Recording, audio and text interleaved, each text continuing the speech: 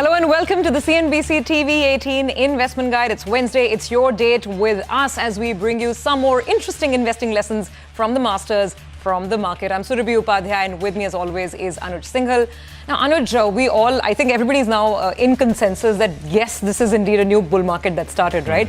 So I guess the question that people are asking is that if you have to look beyond the obvious Nifty stocks and get into mid caps, where does one even begin? Oh, absolutely. And Surabhi, not for, I think I'm with the consensus view that this is a new bull market. And I think in the mid caps in particular, the one reason where, there's a reason to be bullish is because it's a bull market after a 3-year hiatus. The mid cap bull market peaked out in 2017, end of 2017, and then 2018, 2019, and first half of 2020 is when we had a painful bear market. COVID was not even a reason for mid-cap bear market. That had started even much earlier. Much before COVID. Yes, COVID was the reason for the large-cap bear market. And then, of course, we saw that bounce back.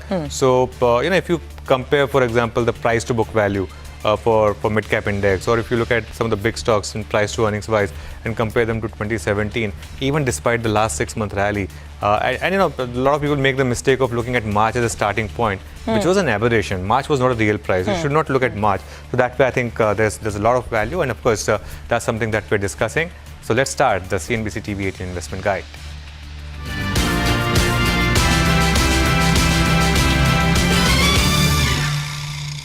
Our guest today is Basant Maheshwari, author and portfolio manager, who has, of course, outperformed the market over the last 4 or 5 years. So perhaps good time to ask him what's the view from here. Basant, thanks a lot for joining us. Now, do you believe this is indeed a long-term bull market, and is it time to perhaps broaden the portfolio, get into mid caps, get into small caps, perhaps take some risk?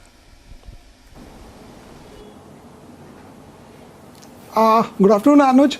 I mean, the initial hope in April last year was this would be one of the biggest bull markets we'd ever seen. Hope has turned to belief, because obviously you might be the smartest kid in town, but unless the screen shows you the price, all your theories go for a toss. So now you would say, what makes you think that it's a new bull market? What's changed so much? I mean, every bull market needs a lot of cash to be put after stocks. So if you go on a Sunday afternoon to buy vegetables from your local market with 1 lakh rupees in your pocket, you're going to bid up the prices of potatoes and tomatoes and onions and everything. So similarly, people have a lot of cash. The cash has come from the Federal Reserve. The Federal Reserve in some way has become the savior of the markets, the Jesus Christ for the capitalists, if you might call it. So I think that's how it goes. And Anuj, I'll just take 1 more minute and explain to you how this happens. So when liquidity is printed, the money is scared, it's nervous, it's frightened, it's curious, it doesn't know what to do. So the money first goes and chases gold. That's the purest form of alternate currency. So first we saw a rally in gold stocks, and then we had a rally in the NBFC names, for example, where, not the NBFC names that way, but the second part was when the rally spilled over to, say, the pharma names and the IT stocks, then the banks got capitalized. So the banks had money, banks didn't know what to do, so banks obviously went and lent, and then started the commodity boom, because once banks start to lend, the entire economic cycle starts. So it's a sequence of events that happened, and I think right now the money that has been printed is now kind of restarting the global economic setup. Okay, so you're sounding very convinced, Basant. Great to have you on the show, by the way. Thank you for joining in. You are sounding very convinced. So let's then also talk about where to begin and how to begin. I think one thing that people grapple with is, should I pick the right sector first? Then within sectors, this big theory about the big getting bigger. One keeps hearing this phrase. So then if I'm going to stick to the bigger stocks, should I even look at the tier 2, tier 3 stocks in that sector or not? So help us decipher some of this. Surabhi, the line got disconnected. I couldn't hear the last part of your question, if you might. Basant, I was simply asking that since you're sounding fully convinced about the bull market, tell us how to start when we want to select a mid-cap stock in an environment where people keep saying that it's going to be big getting bigger. Then how do you enter the mid-cap market? How do you start with the sector selection, company selection? Where do you begin? So mid-caps, there are 2 types of mid-caps. First is a dominant sector leader mid-cap, like we had maybe Page Industries several years back, or you had an SRF for that matter. Those are different ways to look at a mid-cap. You look at a dominant market share, you look at market leadership, you look at a return on equity and things like that. if you're playing for an economic cycle, then you buy what I call the dirty mid caps, where the company is not the most efficient. So if you're buying, for example, a steel company, and steel is coming out of a down cycle into an up cycle, the best and the most efficient producer won't give you the maximum returns. The maximum returns will be made from companies that are reporting EBITDA losses and would, after the recovery starts, convert those losses into profits. So it's just a way of how you look at mid caps and which part of a cycle you are in. So, I mean, the jargon would go, you look at the best of managements and you look at the best of companies, the most efficient ones. But if you're looking at commodity cyclicals, if you're looking at cyclicals, if you're looking at industrials, then the B grade and the C grade names would make more money for you. But then those come with the risks of you have to get rid of them. So your entry has to be right and your exit has to be right. So if you bought a commodity cyclical, then how do you time your exit? You time your exit when your commodity cyclical shows you a return on equity of 30% or 40%, when the EBITDA margins are at their maximum, when the street is reporting the best of numbers. But if you're looking at a classic mid cap, the traditional ways in which long-term investing is made naturally, then you would obviously go for companies that are leaders of their market share, that are leaders of their segment and are dominating the area. So that two things split in between, and it depends on what you're looking at. Okay. So, Basant, let's then talk about the themes that you are bullish on currently. What are you betting on right now? So, Anuj, if you just see our markets, we might say that the Nifty is at 14,500, at 15,000, whatever. But what has been leading the markets? IT, pharma, they've got nothing to do with India basically. They are Indian companies with US operations and European operations. What has been leading are the global metals, you know, the steel and the zinc and the aluminum and the copper names. So again, they are a China resultant play.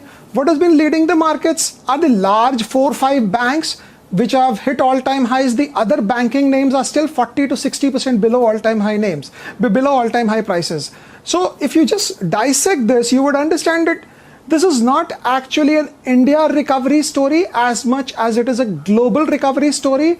So, for example, there's a company called Tesla. Everybody knows about it, and 75 million cars being sold globally, people say, and over the next 5, 7, 8 years, you would have 40% to 45% of them going electric. Is there a way to play Tesla in India? There is a way. So these are the names you would have to see, because when growth starts, they start at a scorching pace, because when radio was invented in the 20s, or television was invented in the 20s, or the airplane came through, or internet came in the 1990s, they did not grow at 15-20%. They grew at 35, 40, 45%. So you have to look at names that are actually changing the trajectory in the United States. In India also, you have a lot of digital plays which will be a direct beneficiary if industrial recovery happens. So if you are selling industrial goods on the internet, are you selling them? If you are selling them, then you have to look at alternatives to play that game. So I think the broad theme is borrow from the West, but you know, like what we normally do, just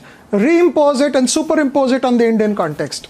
Okay, you've given us lots of food for thought, and I want to drill a little deeper, also talk about the type of companies. Now, in digital as well, and I think you own some of those plays, the worry is, has it run up too much? That's the digital piece. Then if I talk about the cyclical piece, a lot of people want to now get into economy-facing stocks, you know, whether it's construction companies, cement companies, etc. So how does one go about the stock selection there? Does the management quality come first? Does ROE come first? Does a deleveraged balance sheet? What filters and parameters are most important to you? So the first thing, Surabhi, is the ROE. But then ROE by itself means nothing. So ROE is like you got a Ferrari, and the growth is the petrol. So a Ferrari without petrol is as good as it looks. It's no better than that. And if you've got just growth without ROE, which is a petrol without a Ferrari, sooner or later it's going to burst on your face. So ROE has to come with growth. Otherwise you get an Hindustan Unilever which doesn't move for 10 years. Deleveraging balance sheet is normally, I mean, we celebrate it, but then the first question to ask is why did they leverage it in the first place? So that's good for commodity cyclicals if you're looking for them. In the mid-cap space, if you look at it, the current ratios are not that important as they would be in large cap spaces, and I will tell you why. Because mid caps by nature work on very small bases. It's like Yusuf Pathan having a great 2 hours on a Saturday afternoon, and he changes the game right throughout because he starts from a low base. He's got nothing to lose. So mid-cap names, normally you would say it's trading at a PE of 40 or a PE of 50 or a PE of 60. But the PE of 60 in a mid-cap name can very quickly come down to a PE of 20. Whereas for a super large cap, a PE of 60 cannot come down to a PE of 20. A PE of 60 in a super large cap can only come down to a PE of 50. So that's the way to actually dissect between a mid-cap and a small cap and a large cap. Because a large cap that looks expensive is normally expensive. A mid cap that apparently looks expensive can become cheap over the next 3, 4, 5 quarters. So there are different ways of looking at things, but broadly, I mean, return on equity and growth. And if you don't buy growth in a bull market, when would you buy growth? So free cash flow, defensive names, moat, business models, they're fantastic ways to generate long-term capital. But if there is a bull market around, people don't care. Even a Unitech went up 500x with the worst of managements and a very broken business model. But that's how bull markets are supposed to be. And if you made the money, you've made the money. You can't be complaining that I made a money out of Unitech, I did not make it out of a DLF. So I don't think that's too much of a chatter right now. Last few weeks, we have been really focusing on the mid-cap space because that's where perhaps a big bull market has started. And that's where the next round of opportunity lies. And we are in conversation with Basant Maheshwari. Now, Basant, every bull market throws a new sort of star segment, right? In the last bull market was the specialty chemicals. We've seen, for example, PLI stocks do really well. Digital stocks have done well. What kind of new mid-cap stars do you think this bull market could throw up, if any? Anuj, normally mid-caps do well when they are new to the game. They are the only players to it. So you would have to look at the IPO segment very clearly and very closely, because the PE guys wait for a bull market just like the Indian farmer waits for the rain gods to shower up. So when there is a bull market coming, you're going to get a lot of interesting names in the IPO market, in the IPO place. And that's the only way where you will get some of these niche players, the dominant players. So what would happen is when a company comes up with an IPO, many would say it's not making profits, the PE is high. But then same theory with a mid cap, the base is so small that if you have a 3-year view, the entire game changes. And then also you would have to look at the IPO market with the context of whether any such business model has survived and done well in the West. So if there is a business model that has done very well in the West, you better not ignore the IPOs that are coming through. Of course, they would be expensive, but that's how bull markets are supposed to be. The expensive becomes more expensive. But then, let me try and throw in a counter over there, because that's exactly the point, right? You don't also want to be the person ending up holding the can. I'm not saying that every private equity exit means that for the listed shareholders. But generally, I mean, Basant, the point is, how do you ensure that you don't end up in traps? In recent listings that we've seen, some of them from the consumer space and other spaces, when prices went up some, 100%, 200% in a matter of days. And that does at times sound a little worrisome. So the problems will be is if you are buying the second grade or the third grade or the fourth grade equivalent to the leader of the segment, then obviously there's a problem. But if the leader itself is coming to you, it will always be expensive, just like all leaders are supposed to be expensive. Then you have to take that bet. And of course, there's no sure way of saying that there won't be a problem, but you have to buy those names because those are the places which are going to be bid astronomically upwards.